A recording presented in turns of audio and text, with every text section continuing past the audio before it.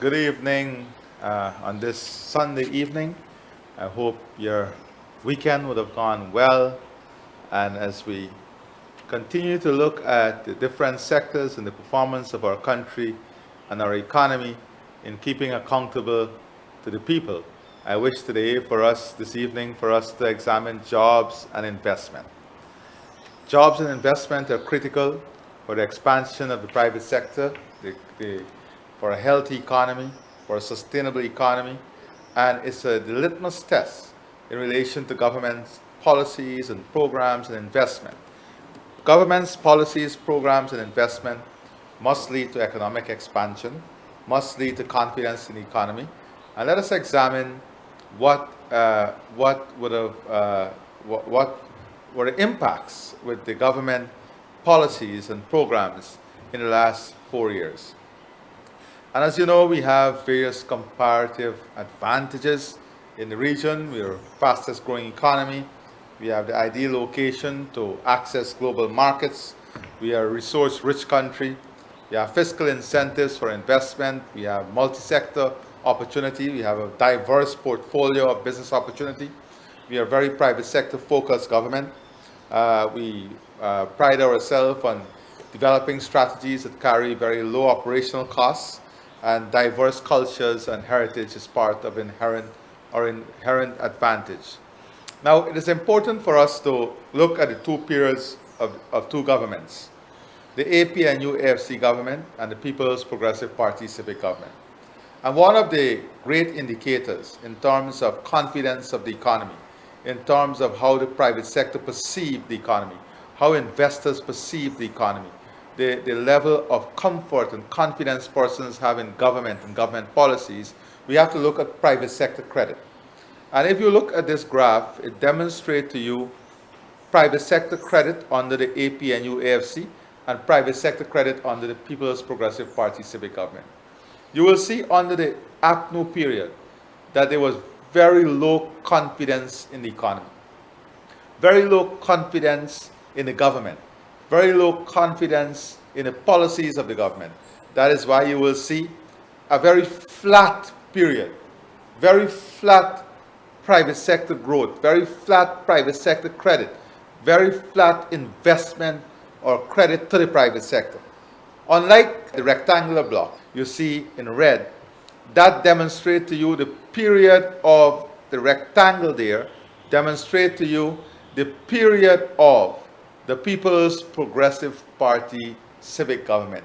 You can see every year continued expansion in private sector credit, confidence in the economy, confidence to invest. And as a result, credit to the private sector increased by more than 60% from June 2020 to June 2024. From the time we came into government to mid of 2024, private sector credit or credit to the private sector grew by 60%. That is more than 3 times the growth in the entire APNU AFC period.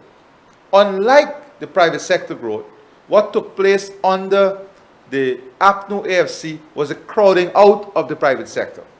Because what they were doing, they were just borrowing and borrowing and borrowing with no end of improving productivity or increasing opportunities for the private sector of the population. So under the APNU AFC, the government was borrowing and out borrowing the private sector. For a matter of fact, domestic credit to the central government, that is loans to the central government from the local banking institution, increased from $28 billion in 2014 to $148 billion. So the government increased their borrowing from the private institution, the private sector, the banks, by 428%. Can you imagine that? And this was what collapsed our economy in the past. The same philosophy of the APNU AFC government, the PNC APNU AFC government, borrowing, borrowing, borrowing, and not creating wealth. So the government borrowing during their period in government increased by 428%. That is, credit to the central government was 16 times higher. Imagine this. that the credit from the commercial banks to the central government was 16 times higher than credit to the private sector. Credit to the government was 16 times higher than credit to the private sector. That is why we had the private sector regressing, tens of thousands of persons losing their jobs, loss of productivity, loss of competitiveness, and the private sector went into complete chaos. Many of the companies went into bankruptcy. Let us now look at private sector investment by every sector. And let us look at the last 4 years, and you will see the diversification program and policies of the government, how it's taking effect, how the broad-based economic expansion that we're investing in is taking effect. If you look at this slide, you will see that in 2020, and by sectors, there are private sector investment, and this is not government investment. And for the private sector to invest in each of these sectors, they have to have confidence in the government policies. They have to see sustainability. They have to see profitability. And as a result of these investments, tens of thousands of jobs in every sector has been created. So if you look at agriculture, for example, in the mid-2020, when we came into office, to mid-2024, private investment in agriculture went from $12.5 billion to $24.6 billion, an increase of 97%. That is the investment we are making in D&I, the investment we are making in farm-to-market access road, the support to our farmers, the confidence that has been instilled back in the agricultural sector. Look at manufacturing. Private sector investment in manufacturing went from $15.1 billion to $22.3 billion, an increase of 47%. The incentivizing of the manufacturing sector, creating wealth, creating new industries, expanding existing industries, creating jobs, a 47% increase in private sector credit from the time we came into government to mid-2024 in manufacturing. Look at construction. And as I said, this is private sector investment. In construction, $10.6 billion when we came into office to $24.4 billion by the mid of 2024. That's a 93% increase. 93% increase in private sector investment in construction. That is the confidence people have in building their own facilities, their own commercial buildings, their own office complexes, their own apartment buildings, their own homes. Then look at mining.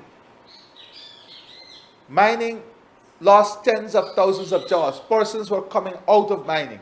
When we came into office to now, private sector credit investment in mining went from $4.2 billion to $6.9 billion, an increase of 65% from the time we came into government to now.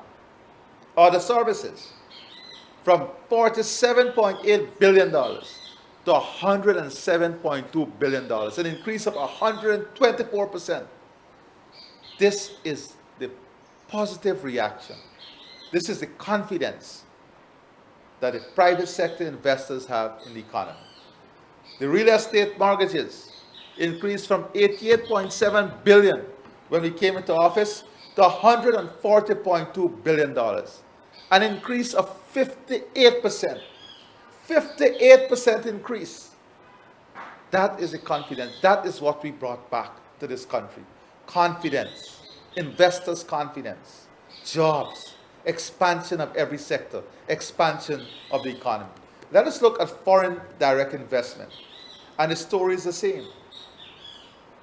Between 2021 and 2023, and foreign direct investment is what the outside world is thinking of us. The attractiveness of our country as an investment destination. Between 2021 and 2023, FDI amounted to $16.1 billion, more than 3 times the level reported under the AP and AFC government for the entire period. Just between 2021 and 2023, 3 times the entire period between 2015 and 2019, $16.1 billion.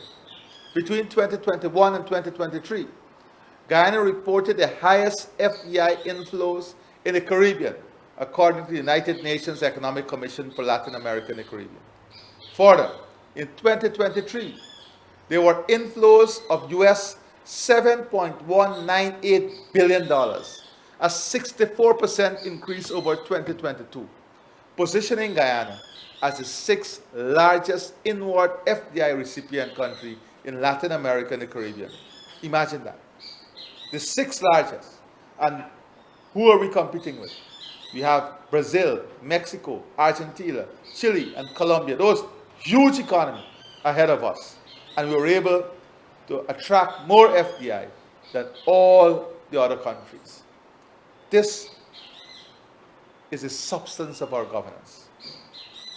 When we came to the people in 2020, we promised 50,000 jobs. I am only looking here at the sustained jobs, because when you look at temporary jobs in the construction sector, when you look at the indirect jobs from Gaisuku, the indirect jobs from forestry, and indirect jobs is also linked to the markets. You'll recall that many markets were shut down when Gaisuku was shut down. I'm not talking about those indirect jobs. I am talking about sustained jobs in every single sector.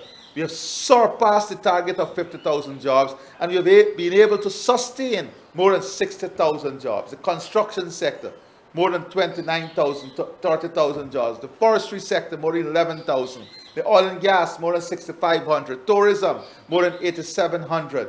Mining, more than 5,000. Gaisuku rehired 2,000. And let me say this to you. I am not even talking about the tens of thousands of additional jobs that we are already training people for, that we are investing in through the Tourism and Hospitality Institute, the new nursing schools. All of these things would add to the expansion of jobs in our economy. When you look at housing, housing was practically dead under the APNUFC government. Over the past 4 years, the housing sector has been re-energized. We've invested more than $244 billion in housing. This is where our resources go. We've been able to allocate more than 41,000 house lots. We've been able to regularize more than 26 quarter settlements, bringing home ownership to more than 4,200 persons so they can be empowered. They can own their own title, their own transport. They can get a loan. They can improve their living conditions, improve their disposable income. They can have a loan now to go into small businesses, medium-sized enterprises. That is how you empower people. By creating the mechanism, the ecosystem to make them and their families more viable. If you look at tax incentives, the mortgage interest relief ceiling, we increased it from 15 million to 30 million, putting back more than $2.4 billion at the end. That is only the end of 2023. More than $2.4 billion directly back in the pockets of ordinary people to help them to own their own homes. That is what we have delivered. Innovative programs like the Homestead for Single Mothers, building 500 homes, but not just homes, giving them economic opportunities with those homes so they can increase their disposable income. They can have sustainable revenue to repay their mortgages. Empowering them, giving them value, improving their net worth. That is what we've been investing in. Almost 2,000 homes have been completed under the Young Professional Homes Program, giving our young people not only home ownership, but dignity and pride in the communities in which they are living. Another 1,500 homes are in the process of completion. By the time we finish the first quarter of this year, almost 3,500 young professional homes will be completed. That is what we're delivering every single day to the people of our country. And as a result of these investments, as a result of the expansion in the economy, and this is the real numbers. This is what I'm giving you, the real numbers. Visitor arrival, which was 86,000 in 2020, increased more than 3.6-fold to 319,000 during 2023. More than 319,000 tourism businesses and guides. More than 238 tourism businesses and guides has been licensed since we came into office. The highest on record. Currently, 95% of our tour operators have been licensed. If you look at hotel investment, we have attracted 14 hotels, increasing room capacity by 48%. Investment of more than $295 million. More than 8,400 tourism stakeholders were trained at almost a cost of $100 million. We've been able to attract 6 new airlines. And Vision 2030 is to have another 5,000 rooms in our economy, because tourism and investment in tourism is another important pillar of the modern economy that we are building. When you look at health, the hospitals, $108 billion in hospitals, 6 new regional hospitals to ensure we have world-class health care. Health centers, more than $12 billion in new health centers across every single region in the country. Medical supplies, between 85% and 90% of drugs and medical supplies are now available in the health sector. This is what we're doing, real changes, real development. The public healthcare system is now able to provide a wide array of service. Dental service, a total of 57 clinics are distributed across the country, with each region now assigned a dental surgeon. Each region now assigned a dental surgeon. Medical records, the digitization of medical record, more than 50 telemedicine sites, ensuring the equitable access to healthcare, building a healthcare system that delivers equitable access and equitable service. We have disease surveillance, proactively moving in surveillance of diseases, biomedical hubs. Consistent with Vision 2030, the government is establishing biomedical hubs in Guyana, reducing our dependence on imported medical supplies. Medical tourism, we're laying the groundwork, incentivizing private sector investment and FDI into the health sector so that we can position Guyana as an important market for medical tourism. The story is the same for education. We invested more than $54.6 billion in education since we came into office. We have constructed 34 schools. More than 34 new schools were constructed or extended. We have maintained more than 350 nursery schools, 440 primary schools, and 115 secondary schools, bringing world-class education, quality education. The government added 7 classrooms last year to schools in Region 2, 4, 6, and 9. E-education, 7,000 computing devices were distributed across the country. We are now launching our first Guyana Digital School, the One Guyana Digital Program, the coding program. All of this is to bring our students and our children, giving them access to first world learning experiences. The physical infrastructure, if you look at the infrastructure and investment in infrastructure, in urban roads, since 2020, we have had more than 3,724 miscellaneous roads completed, 84 urban roads, and 2,000 miles of hinterland road at a cost of more than $121 billion. Highway development, we have new highways all across our country. Precast steel concrete bridge, more than $10.45 billion spent on medium and large precast bridges. New bridges, we have the new Demerara River Bridge. We'll launch before the end of the year the Barbies River Bridge. And of course, we're in discussion with Suriname on launching the Quarantine River Bridge. The Linden to Mabura Road, an investment of $190 million US. The water port for Barbies, all of these are investment that is leading to the full transformation of our country. The full transformation of our country. So you see, my friends, our investment is geared towards economic expansion, towards wealth creation, towards job generation, towards the expansion of the private sector, and towards building a strong, resilient Guyana. A Guyana that is democratic, strong, and resilient, and a Guyana that brings prosperity to every single home. Once again on this Sunday, I thank you for your time and wish you a great, great evening.